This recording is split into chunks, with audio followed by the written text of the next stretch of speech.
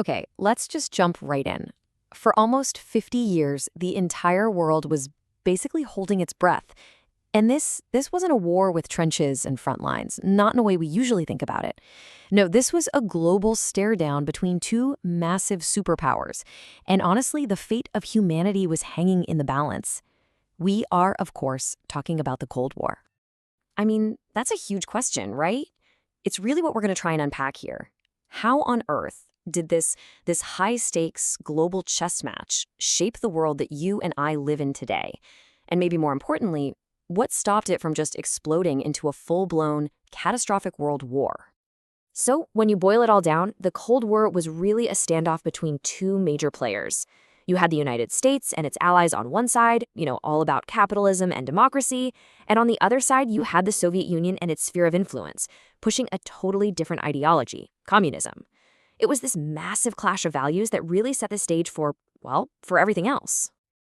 All right, so if they weren't actually fighting direct battles, what was this whole thing about? Well, like I said, it was a different kind of war. It was fought in the shadows, it was fought with money, and it was fought for the hearts and minds of people all over the planet. And this is so important to get. Instead of sending armies to march on Washington or Moscow, these superpowers used every single other tool they had. They were in this constant competition to prove that their system was the best. They threw money at other countries to gain influence. And this is key. They would back opposite sides in smaller regional wars, basically turning local fights into battlegrounds for their own global rivalry. But here's the thing, looming over all of this, every single day, was the most terrifying part of the whole era, the nuclear threat. We're not just talking about a bigger bomb here. We're talking about something that could literally end human civilization as we know it. And just look at how fast things escalated. It's kind of crazy. Check out these dates. In just 10 years, a single decade, we went from the very first atomic bombs to hydrogen bombs. We're talking about weapons that are thousands of times more powerful. The race was on for sure, and both sides were absolutely terrified of being the one to fall behind. Yeah, and this quote really nails it. The arms race wasn't just some abstract military strategy. It became the thing that kept everyone up at night.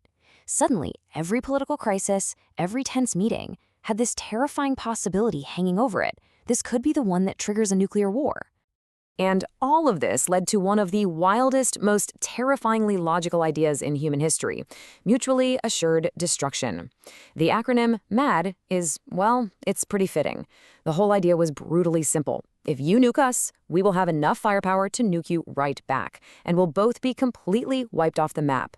It's the ultimate paradox, right? Keeping the world safe through the promise of total annihilation. So you can imagine this wasn't some far-off threat people read about in the news. It shaped everything. It got into the culture, it changed politics, and it affected the daily lives of millions of people who had to live with this constant background hum of anxiety, this thought that the world could just end in a flash. Okay, so if MAD makes a direct, all-out war basically impossible, how did the US and the USSR actually fight each other? Well, that's where the shadow war comes in. And here you can really see the two different playbooks. On one hand, the US had its strategy of containment. Their whole goal was to draw a line and stop communism from spreading any further. The Soviets, they were doing the opposite. They were actively trying to export their revolution, funding groups and political parties all over the world that were friendly to their cause. And they had a few key tools to do this. First up, espionage. And we're not talking James Bond glamour here. This was a deadly, serious business of spies and intelligence. Then there was economic aid, basically using money to win friends and influence nations. And finally, and this is maybe the most tragic part, proxy wars. This is where the superpowers would pick sides in someone else's war, pouring in weapons and money, and turning local conflicts into their own personal battlefields. Yeah, I mean, the Korean War, the Vietnam War, these are probably the most famous examples. For the US and the Soviet Union, these were just moves on a giant global chessboard. But you gotta remember, for the people actually living in Korea and Vietnam, this was a brutal, devastating reality. The cost of this shadow war was paid in millions of real lives, a world away from the capitals making the decisions. So for decades, this really tense balance of power just held. But as we got closer to the end of the 20th century, you could start to see the cracks forming. And what's really interesting is that even with all that tension, there were moments, small glimmers of cooperation. I think even with all the rivalry, both sides knew they were staring over the edge of a cliff. They actually sat down for these incredibly difficult, painstaking negotiations to try and control the number of nuclear weapons, just to lower the risk of some horrible accident. And a really big moment came in 1957.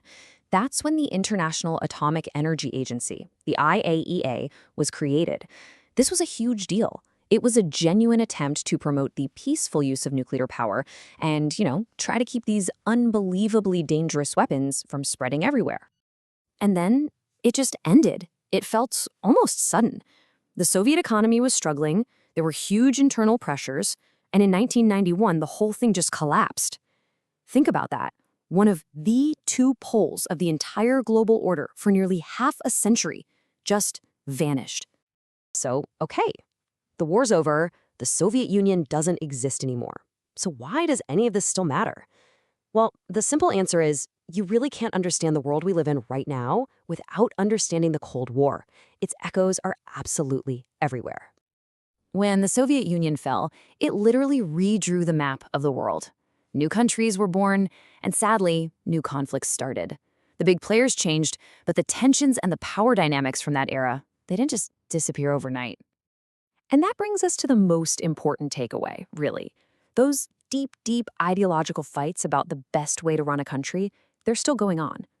And maybe even more chilling, all those thousands of nuclear weapons that were built back then, they're still here. So that leaves us with a pretty heavy question, doesn't it? The Cold War might be in the history books, but its legacy, the rivalries, the regional conflicts, and especially the existence of all those nuclear weapons, that's all still with us. So with its consequences all around us, you have to ask yourself, has the threat really gone away?